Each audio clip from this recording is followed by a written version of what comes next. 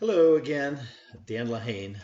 Nice to see you again, and thank you for joining me today. Today, I want to talk to you a little bit more about how we find our customers.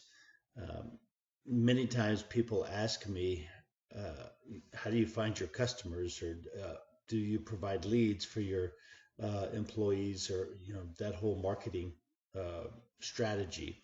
And so, I want to spend a little bit of time today, kind of discussing with you how we go about finding our customers.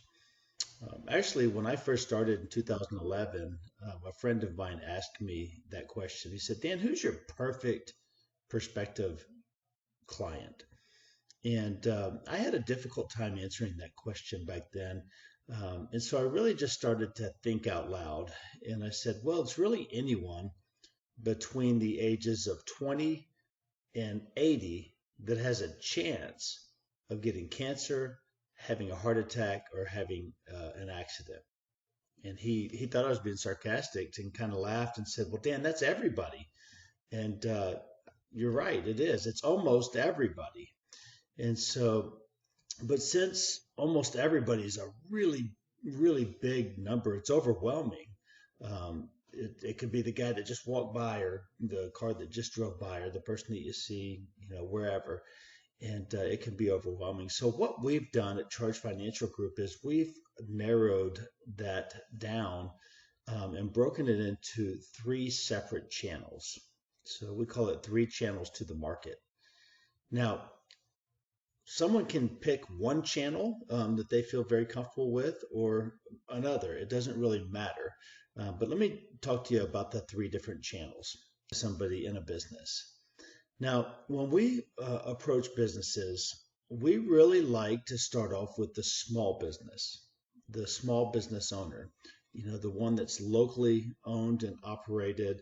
This person has either started the company from scratch, he's or she has inherited it from someone in the family, or they purchased it, right? And this person, their company, it's really everything to them. It's what provides for their family. It's everything. And so if that person had to, God forbid, had to take time off because of an accident or for cancer or something like that, and say they had to take 3 weeks off or 3 months, there's a really good chance that that business won't be around. Now, we could really call on any business. Our products are phenomenal, and our products will compete with anybody in the market. We have the best products available. So I could go call on the big oil and gas companies or the big airlines or whatever. The problem with that, though, is if I approach that company, I'm sent to a department, usually the HR department, where these decisions are actually made by committees, and it's very bureaucratic. I eventually would meet with somebody, and then I would have to continue that relationship for sometimes years before we'd even get a chance to have an opportunity to show our products. So what we found is that small business owners just a lot more approachable. They don't have an HR department yet, and we just really enjoy working with those people. Also, what we've learned about that particular market, that small business owner, is that their health insurance isn't that great. I mean, it's awesome health insurance, but it has a lot of restrictions. And it really kind of makes sense if you think about it from the insurance company's perspective, because if they're insuring a company with 500,000 employees, if one, two, or 10 of them end up getting cancer, it's really not a huge deal. It barely goes noticed for the insurance company. It's a big deal, but for the insurance company financially. Yet this smaller company, the mom and pop shop that has 15 employees, if one of them gets cancer, there's most likely that insurance company will lose money on their company that year. So what the insurance companies do is they put more of the responsibility on the employee and the employer. And the way they do that is by raising the premium, number one, but also raising the deductible. It's not uncommon to see a ten or a $15,000 deductible. They also shrink the network and limit the doctors that you can see. I've you'll hear this all the time now that I've said it, but I hear people all the time say, Dan, I have great health insurance. The problem is I can't afford to use it. I had one guy say one time, he said, Dan, my deductible is $15,000. I could literally break my arm 3 or 4 times a year and never use my insurance. Now, if it was something serious, not that a broken arm is not serious, but let's say it was something like cancer and the hospital bill was $3 million, well, that 15,000 doesn't seem like very much then. But you get the point. So that's why we like to talk to the small business owners. Is number one, they really need it, and number two, it's a lot more streamlined in the decision making process. Now, the way that we used to do it is we had a software as a service program called Reference USA. And what we would do is we would put a filter. It's a database of all the business owners, but we'd put a filter on it, and we'd look for locally owned and operated, brick and mortar, right? I don't want to go to somebody's house that's selling macrame on eBay, right? Um, so brick and mortar, and about 15 employees are down, and about 1.5 million in revenue and down. That's sort of the perfect size company for what we do. And so we used to print off like 200 of those companies and hand it to our representatives after they've been trained and say, go get them. But what we found ourselves doing is driving around and looking for these businesses. And so it wasn't really efficient. They've moved or they've changed names or gone out of business. And so we're spending a lot of time looking for them versus talking to them. And so what we decided to do is to put that on the shelf and instead just use our eyes to find these companies, because these companies are literally everywhere, right? It could be the alterations store, the embroidery shop, the bakery, the plumbing supply company, the landscaping company, the pool supply. It just goes on and on. They're literally everywhere. And so what we do is we don't call these people in advance because they're so busy you can't get them on the phone. So what we do is we just park our car. You only have to move your car maybe 3 or 4 times a day because they're all right there together. And then we just come in unannounced. We're very casual. I don't wear a jacket or anything. I'm just very casual. And the only thing we bring with us is just our cell phone. So we don't have a big display or anything like that. But when I walk in, they'll usually say, can I help you? And I say, yes. Hi, my name's Dan Lahane. And I'm the one that's talking with all the businesses here in this area about supplemental health insurance. And there's really 3 things that every business owner really loves about what we do. Number one is it's a tax write-off. For small businesses, they have the ability to write off their health insurance premiums. But number 2 is that it acts sort of like a savings account. And what I mean by that is if you don't use the policy, they give you 100% of the money back after a certain amount of time. And then the third thing that everybody loves, and I think this is probably the most important reason, is if God forbid something were to happen to you and you like cancer or an accident or something like that, and you couldn't work for 3 weeks or 3 months, Family Heritage is going to be sending money directly to you so you can keep the business up and running. And then I stop. I'm not trying to sell them a policy right here. All I'm trying to do is just make an appointment for them, with them.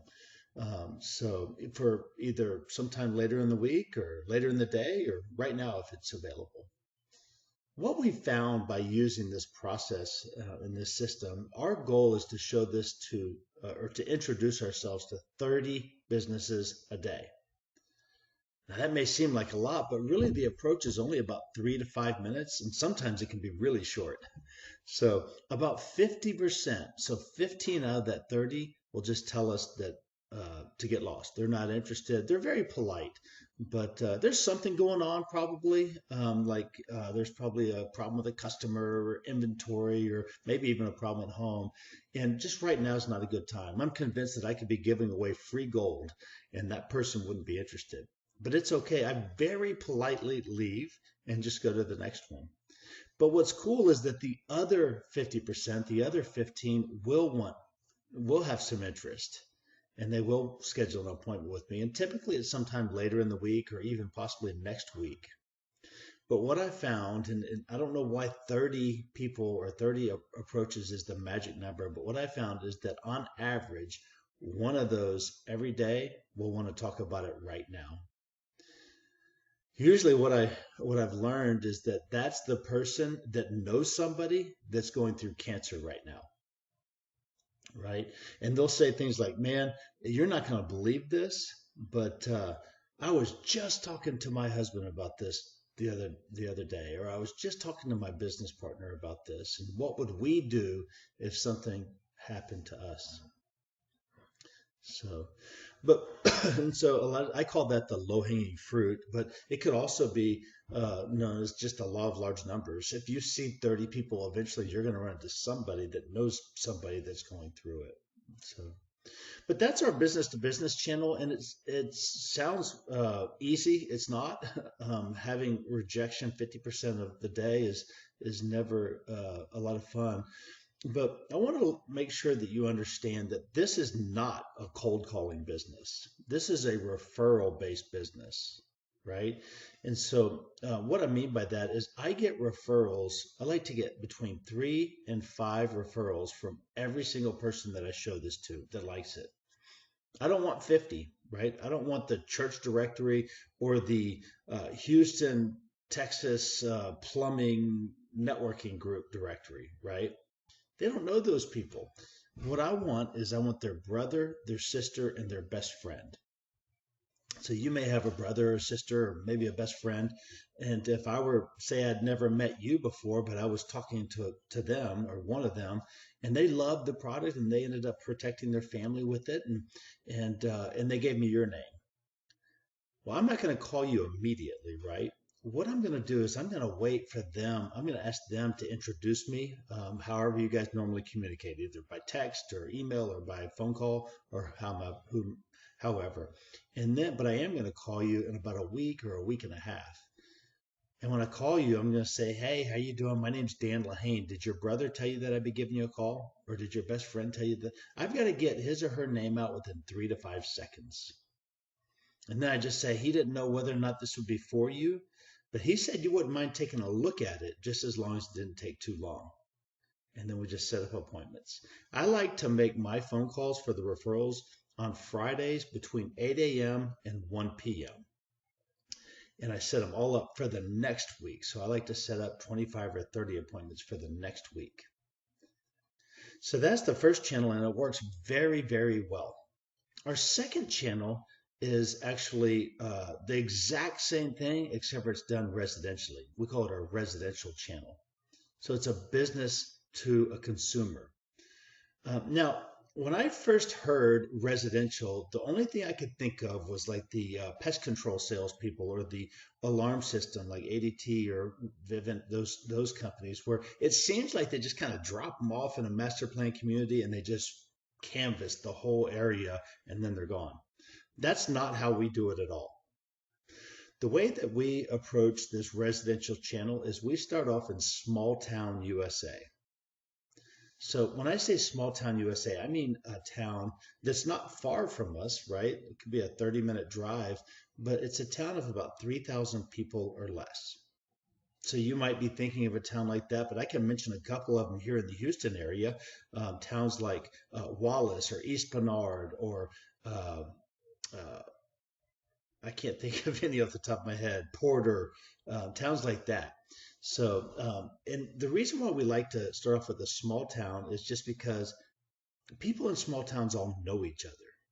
Like they really know each other. And so, Family Heritage, what they do, and I'm going to actually change pages here, but what Family Heritage does is they provide us a list. And it's a list of every single customer that we have, that Family Heritage has. It could be a business owner. It could be a referral of a business owner. It could be anyone. But if they own a policy, they're on this list. And the way that Family Heritage breaks it down is they break it up by county and then by city. Now, I'm just using this one as an example, and all of these people agreed to have their name on the list. If they didn't want their name on the list, it wouldn't be here. But let's just say that I was in Dayton, Texas, and I was talking to people, at their homes, The way I would approach it is very similar, but I just say, "Hi, how you doing? My name is Dan, and I'm talking to all the families in Dayton about cancer. I know cancer is not the most pleasant thing to talk about, but it seems to affect a lot of people. And there's a few other things that I'll say, but eventually I'm going to get to this list. And I'm going to say, you actually might know some of our current customers here in Dayton that are customers of ours, and I'll hand them the list and ask them, who do you know best on this list? If I just hand them the list and say, do you know anybody? They could look at it and say, hand it right back and say, yep. But if I ask them, who do you know best on the list, it really encourages them to read through it. So they may say, well, I know Brady and Angela, and I went to high school with them, and Deborah, I know her, and Karen and Ronald, and Gretchen and Jason. Yeah, I know a lot of these people. What it does for us is it actually gives us instant credibility, right, with our name, instant credibility, but it also gives them instant curiosity. So again, all I'm trying to do is set up an appointment with them for either later in the week, later next week, or later today, or right now, right? So, but this too is very difficult at first because there's a lot of rejection. About 50% of the people just aren't interested in hearing anything. But again, this is not a cold calling business. It's a referral based business, right? And so I want 3 to 5 referrals from everyone I show it to: brother, sister, best friend, maybe parents, maybe aunts and uncles, but people that they're really close to. Now, when I'm in someone's home, I'm trying to get into their business, right? And what I mean by that is during the rapport or whenever, I'll just ask, what do you do for a living? And they may say, well, I'm a manager at a mattress firm. Oh, really? How many people do you manage? 6. Oh, okay. And you see where I'm going. I'm going to ask them if I could come to one of their meetings, either before, during, or after, and do a presentation to their employees. Now, I'm in the business. I'm trying to get into the home through brother, sister. So they kind of work together, but we let you pick the channel that you want to start with. Our third channel is our personal network. It's just people that would sit down with us just because of our name. Just because of who we are, they would just sit down with us. Now, I have to tell you, this is the one that I struggled with and still struggle with the most. I was raised that you don't sell things to your friends, right? It's better to make friends out of your customers than customers out of your friends, is what was sort of beaten into me as a young adult and on. So I didn't participate in this channel. It took me about 6 months to really wrap my head around the personal network channel. But during those 6 months, a few things happened to me. Number one is I had strangers that were buying the policy from me and unfortunately having to use it. So I got to really firsthand see how awesome the product was when you had to use it and how quickly they paid money to them. So that was one thing. But the other thing that really sort of surprised me is that 3 or 4 times a day when I was talking with people, I would hear things like, man, where were you guys 2 years ago? I wish I had this 2 months ago. Where were you when my aunt was going through it? I didn't ever answer those questions, but I always thought about it. I wanted to say, well, we were here. We've been here for over 30 years.